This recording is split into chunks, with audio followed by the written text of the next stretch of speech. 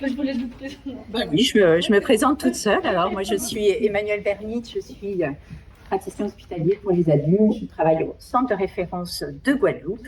Et merci à la filière de m'avoir invitée pour vous présenter à nouveau GR Learn, qui est un e-learning, qui est le fruit d'un travail collaboratif des centres de référence un peu excentrés, Martinique, Guadeloupe, Marseille et Lyon, un peu plus proche, qui émergent de discussions entre nous sur vraiment l'importance de proposer du contenu informatif pour nos correspondants libéraux en dehors des hôpitaux. Mais vous allez voir que ça continue on continue d'y réfléchir et je pense qu'on va l'ouvrir aussi pour nos correspondants hospitaliers qui ne sont pas spécialisés dans les maladies des globules rouges. Et donc, c'est vraiment du contenu informatif sur les maladies du globule rouge, au départ les plus fréquentes. Là encore, on a envie de l'agrandir. Donc, c'était drépanocytose, thalassémie, déficit en G6PD et sphérocytose. Alors, j'appuie sur lequel, en fait? Celui-là? Oui. Voilà, super. Là, quand vous appuyez, ça va marcher. Oui, ok.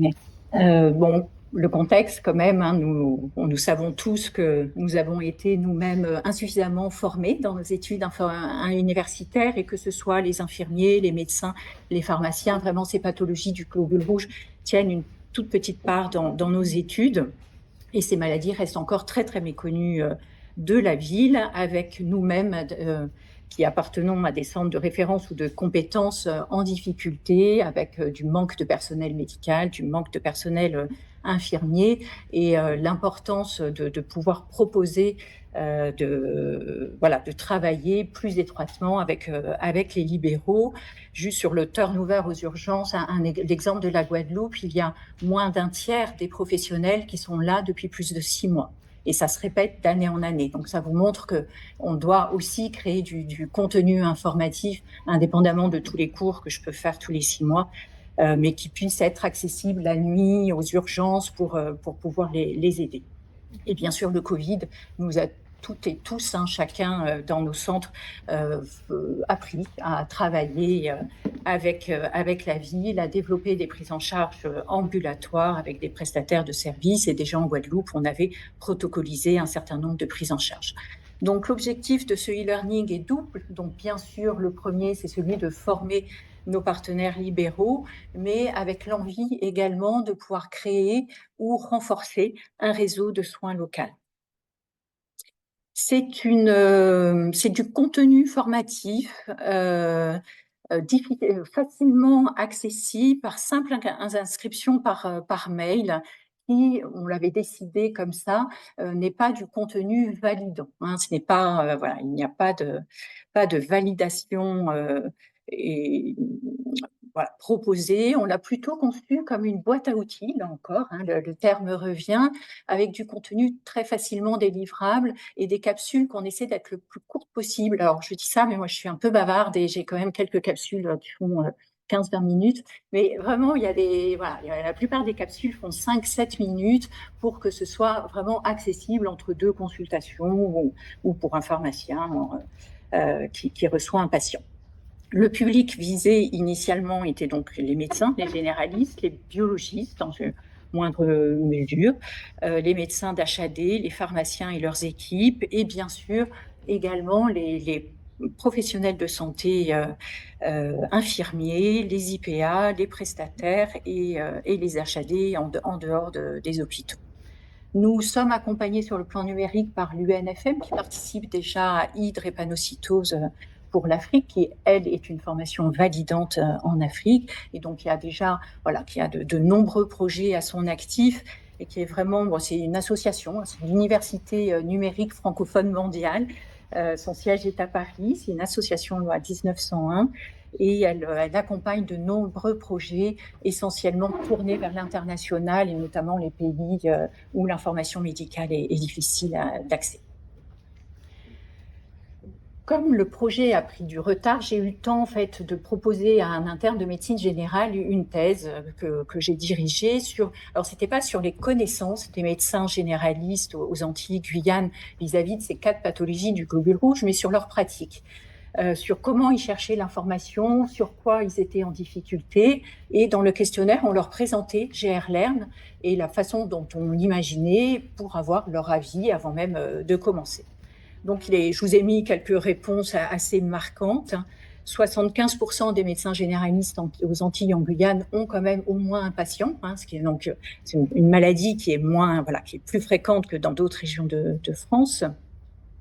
Et il y avait 15% d'entre eux qui suivaient plus de 10 patients porteurs d'une maladie du globule rouge, pas forcément de la drépanocytose.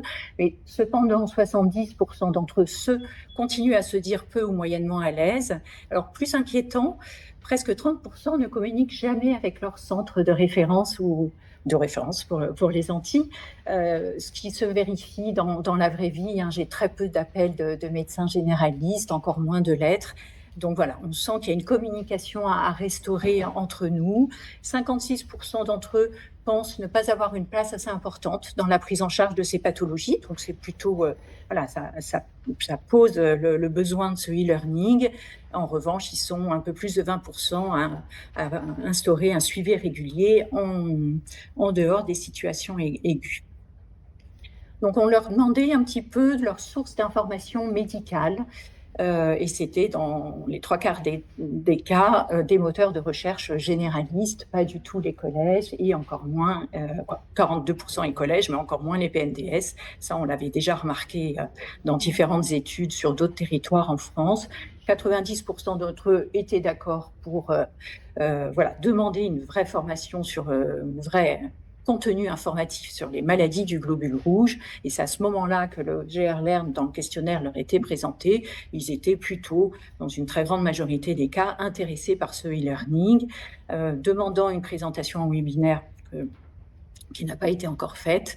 En revanche, lorsqu'on abordait la question du réseau, du maillage du territoire autour du centre de référence, en leur demandant s'ils étaient d'accord, une fois qu'ils participaient, ou en tout cas qu'ils étaient inscrits sur ce e-learning, est-ce qu'ils étaient d'accord pour qu'on leur adresse des patients porteurs du globule rouge, vous voyez que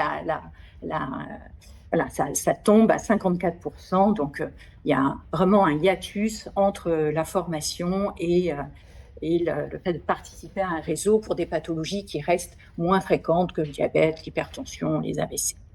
On leur posait la question, c'était des questions fermées. Il y avait une ligne autre, mais qui en fait n'a pas été du tout remplie sur leur domaine de difficulté sur lesquels ils aimeraient du contenu informatif. Vous voyez à gauche les réponses majoritaires sur les suivis, sur même la transition qui fait partie de leurs préoccupations, sur bien sûr les suivis pédiatriques, l'activité physique, quoi faire, quelles précautions, quels certificats. En revanche, ce qui est très étonnant, c'est que lorsqu'on leur pose la question de leurs difficultés ou de la nécessité de produire du contenu sur la prévention des CVO, ce qui nous semblait, nous, très important en médecine de ville, la prise en charge de la douleur ou d'une fièvre, vous voyez que, alors, est-ce qu'ils se sentent à l'aise? Je ne pense pas. Je pense qu'ils pensent encore que c'est de l'ordre du centre de référence de prendre en charge ces situations en aigu qui sont toujours très stressantes pour les professionnels de santé. Donc, je vous présente GRLearn très rapidement. Et si on a 5 minutes, je vous ferai une démo pour vous montrer pour vous montrer comment ça fonctionne. C'est très simple. Donc, nous l'avons conçu en proposant en premier un socle qu'on a appelé le socle commun, qui nous semblait être vraiment les indispensables sur chacune des 4 pathologies à savoir ou à réviser avant d'aller chercher du contenu. Et ce socle commun est suivi de quiz qui reprend des situations cliniques de médecine de ville ou à la pharmacie, sur ces 4 pathologies, et on proposait aux apprenants de leur renvoyer sur demande par mail les réponses argumentées. Donc déjà avec une première réponse avec du contenu, et bien sûr, il se décline en capsules, soit dans chacune des pathologies, qui reprend le diagnostic, le dépistage, la prise en charge des complications aiguës, chroniques, le suivi, la vaccination,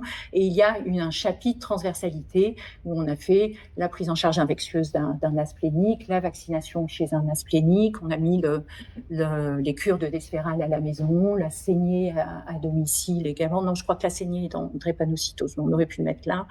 Voilà, un certain nombre d'items qu'on retrouve dans chacune des pathologies.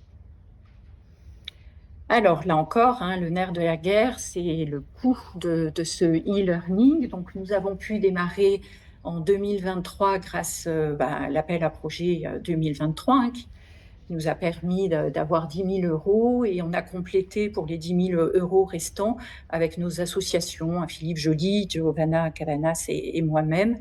Mais vous comprenez bien que ce n'est pas viable. Et nous n'avons toujours pas de financement pour 2024, sachant qu'il y a un coût.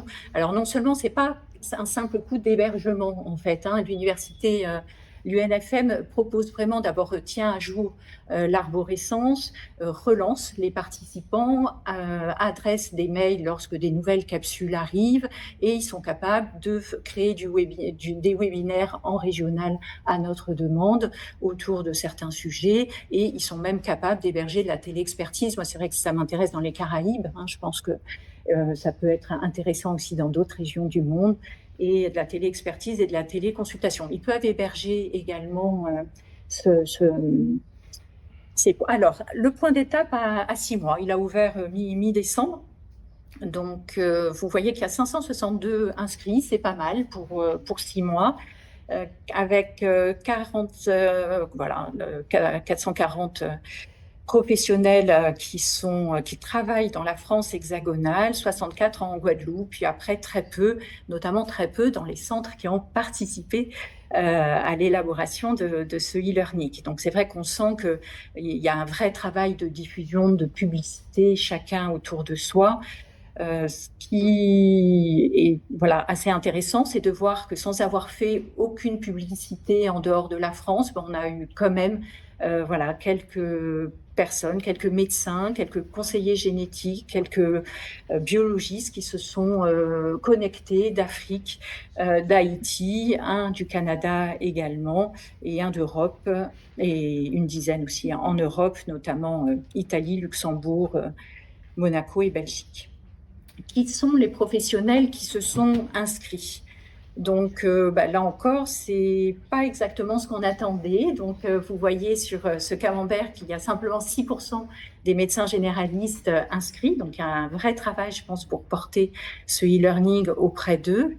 5% d'infirmiers, 3% de pharmaciens. En revanche, on l'avait évoqué, Philippe Joly, qui coordonne avec moi le projet, est très actif, a produit beaucoup de capsules, donc vraiment destiné.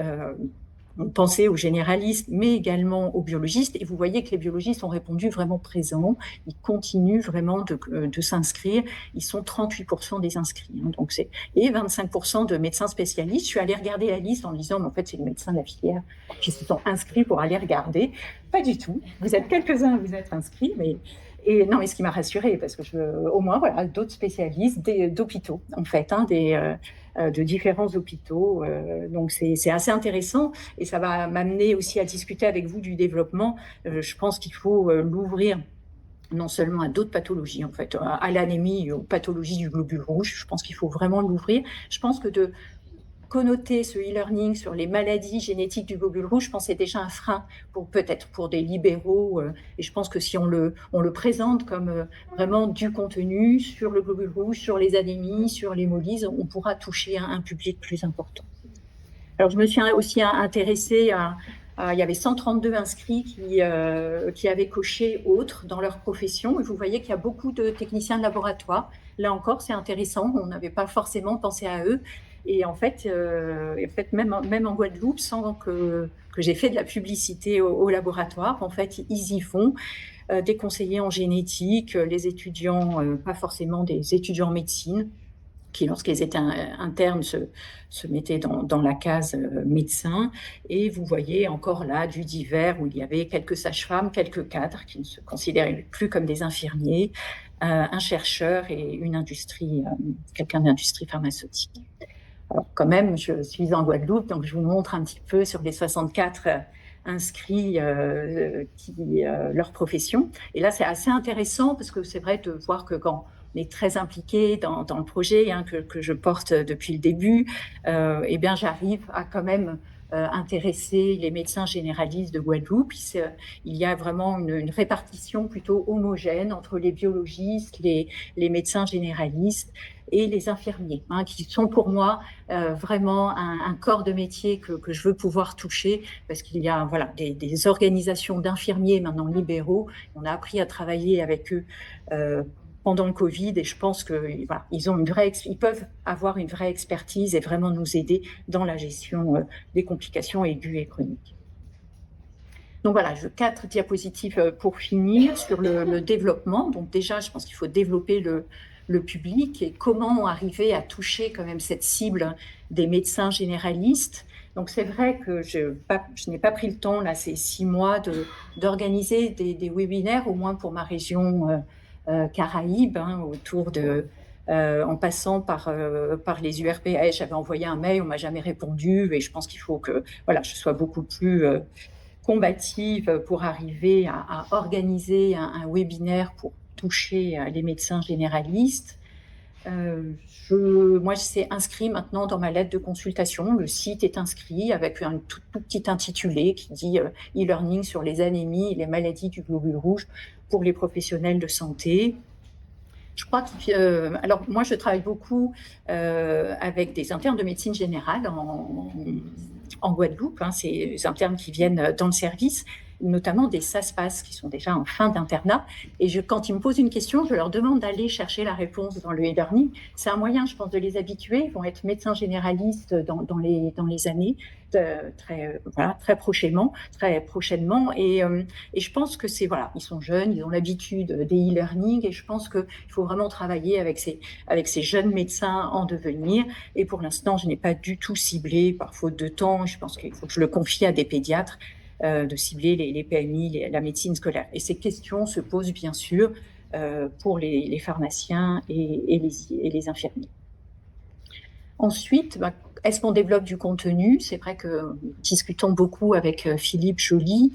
Déjà, un des grands succès quand même du e-learning, c'est l'intérêt des médecins biologistes et des techniciens. Donc, on a envie de garder ce public et de continuer à proposer des capsules nouvelles à ce public, aux conseillers génétiques également.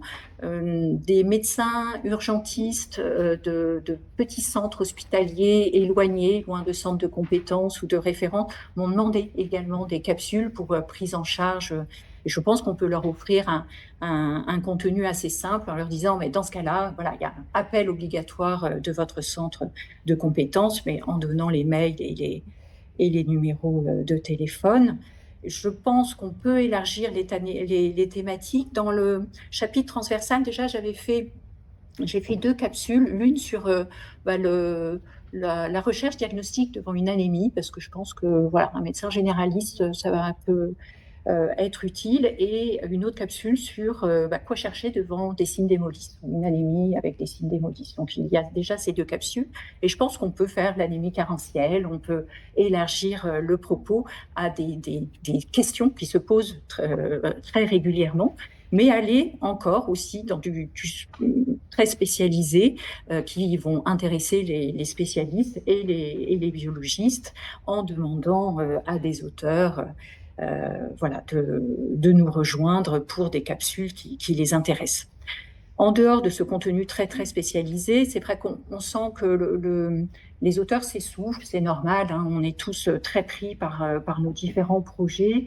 Et je crois que si vous avez, vous, dans vos pratiques, soit déjà du contenu informatique pour les libéraux, qu'il soit écrit ou sous forme de petites vidéos, ou que vous avez envie d'en faire une et que vous voyez que ça manque dans notre e-learning, vraiment rejoignez-nous. C'est vraiment pas du tout fermé. Et je pense que ce que je souhaite, c'est que ça devienne un outil de la filière et que chacun participe dans son domaine d'intérêt. Aussi une bonne nouvelle récente qui n'est pas encore formalisée, mais j'ai été contactée par Béatrice Gulbis, et donc le réseau Rebloednet est très intéressé pour développer ce e-learning en Europe.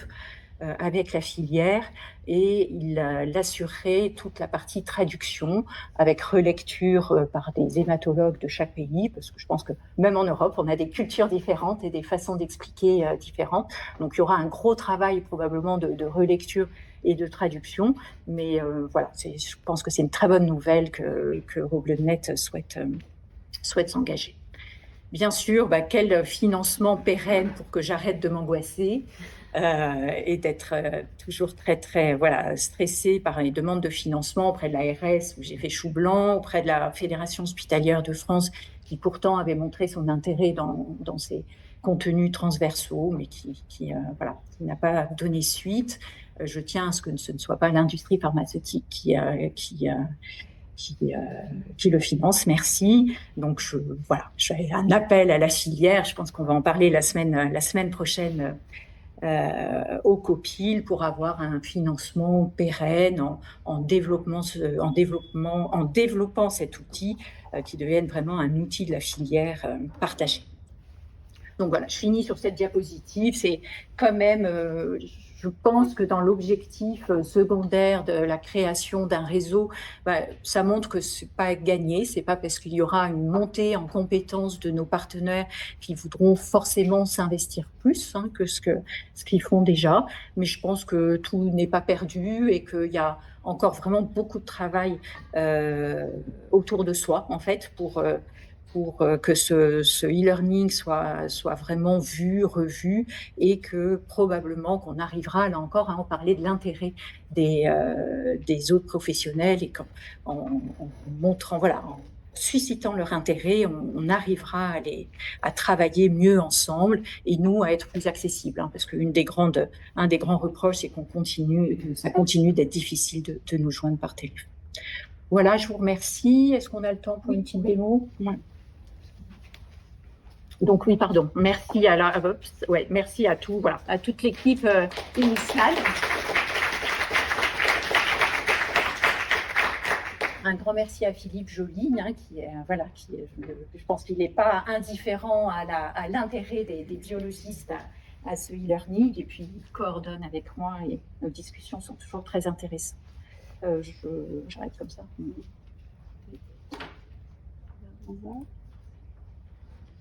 Voilà, donc c'est simple, vous avez, oui, merci. Ouais, vous rentrez sur cette page d'accueil, quand vous faites même GRLearn, il apparaît assez vite. Alors, c'est la filière qui apparaît, la proposition de GRLearn via la filière qui apparaît en premier quand on tape GRLearn sur un des moteurs généralistes de recherche.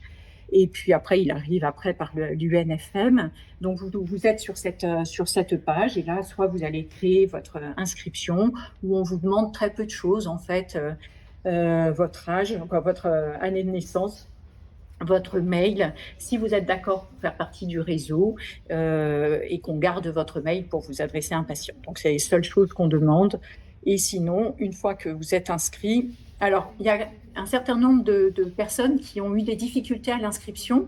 Vous avez dans Contact une adresse mail. Il ne faut pas hésiter, parce que souvent, c'est 3 mois après, on me dit non, mais j'ai essayé 3 fois, ça n'a pas marché, donc j'ai arrêté. Or, vraiment, l'UNFM va vous débloquer la situation. Ça arrive rarement, mais ça arrive de temps en temps.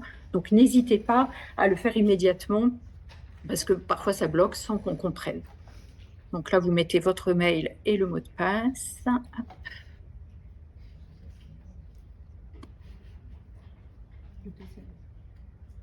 Oui, merci.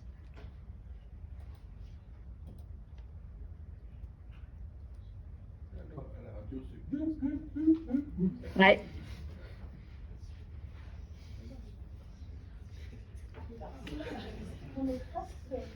Je crois que il peut être beaucoup plus simple. J'ai gardé le mot de passe qu'il m'avait créé initialement, mais ouais. Bravo. Il y a eu un doute hier. Donc voilà, et vous tombez sur cette page, alors sur cette page d'entrée où on va vous présenter un peu plus le e-learning, puis vous pouvez aller sur les cours. Vous avez les partenaires qui participent au projet. Les experts, en fait, ce sont les auteurs, mais il y a un moment donné, si on a beaucoup d'auteurs, on mettra simplement les services ou la filière MCGRE et le contact. Et donc voilà, on vous présente. Et là, pour démarrer, donc vous cliquez sur cette, c'est assez, voilà, c'est plutôt ergonomique. Vous cliquez sur et vous tombez tout de suite sur sur le socle commun dont je vous parlais, que vous faites voilà, vraiment défiler à votre rythme. Il n'est pas enregistré. On disait que voilà, il y a 4-5 diapos par pathologie. C'était aussi simple de prendre le temps de le lire à son rythme sans un intervenant. Donc c'est la seule voilà, capsule non enregistrée. Puis vous pouvez démarrer votre quiz où on vous pose vraiment des questions de médecine pratique en ville et pas du tout universitaire, mais avec des réponses argumentées. On va aller directement au cours. Donc, vous voyez que vous avez voilà. Hop. Voilà, ça peut être soit en onglet, soit présenté comme ça. Donc, vous cliquez et vous avez les différentes thématiques. Donc, on avait fait, voilà, quel bilan étiologique en médecine de ville.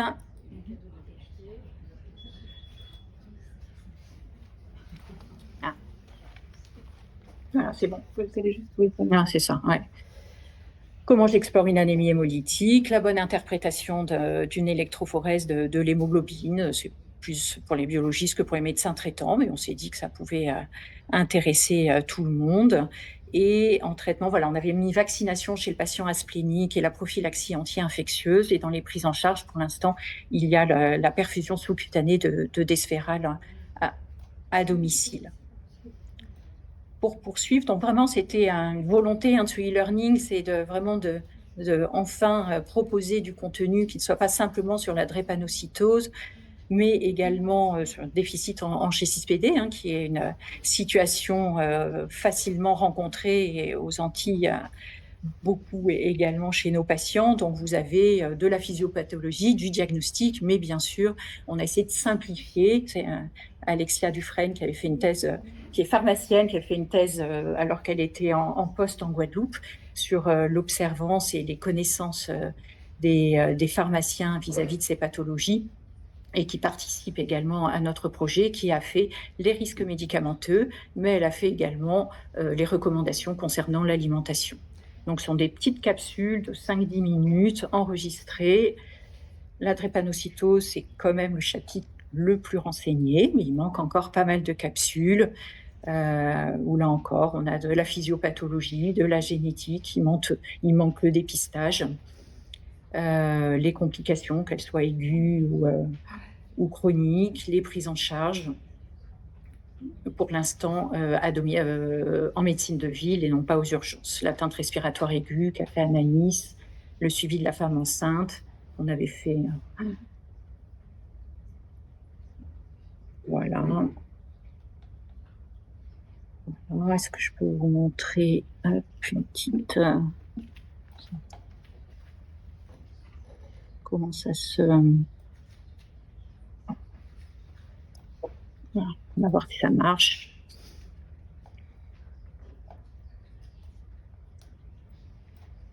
Voilà, donc vous avez les diapos à droite, puis, alors je ne suis pas sûre que ça marche parce qu'il va falloir qu'il télécharge et puis vous lancez votre vidéo. Voilà, elle fait Bonjour à tous, je vais vous présenter aujourd'hui la conduite à tenir devant une fièvre chez un patient atteint d'un syndrome drépanocytaire majeur qui vient consulter. Voilà, je n'ai pas j'ai vu qu'Anaïs était branchée. Voilà, donc chacun où il veut, le soir, le matin, enregistre sa capsule. C'est assez simple, on est vraiment accompagné par l'UNFM qui est très présente, qui répond. En fait, c'est d'une simplicité, l'enregistrement est d'une simplicité sur leur site, mais vraiment très, voilà, il y a un modus operandi qui est vraiment très très simple et on est tous assez angoissés avant de le faire. Et une fois qu'on en a fait un, on le fait vraiment en 10 minutes et ça aide aussi d'avoir cette ergonomie aussi d'inscription. Donc voilà, je vous remercie. Je pense qu'il faut vraiment qu'on s'en empare à tous, à toutes. Je pense qu'il faut voilà, qu'on arrive à à le proposer. J'étais très intéressée par votre présentation sur les centres de compétences et sur effectivement ce que vous disiez sur comment renseigner, comment former des médecins qui sont même éloignés de centres de compétences. Je pense que ça peut être un outil. Ça n'empêche pas que vous fassiez des webinaires, des formations, mais en leur montrant qu'ils ont seuls, dans leur cabinet ou à l'hôpital, la possibilité de revoir une question et le fait que ce soit séparé en questions, de le faire rapidement en fait. On peut prendre un quart d'heure pour relire une question. Je pense qu'il devrait pouvoir être beaucoup plus utilisé. Enfin, j'espère. Voilà, je vous remercie.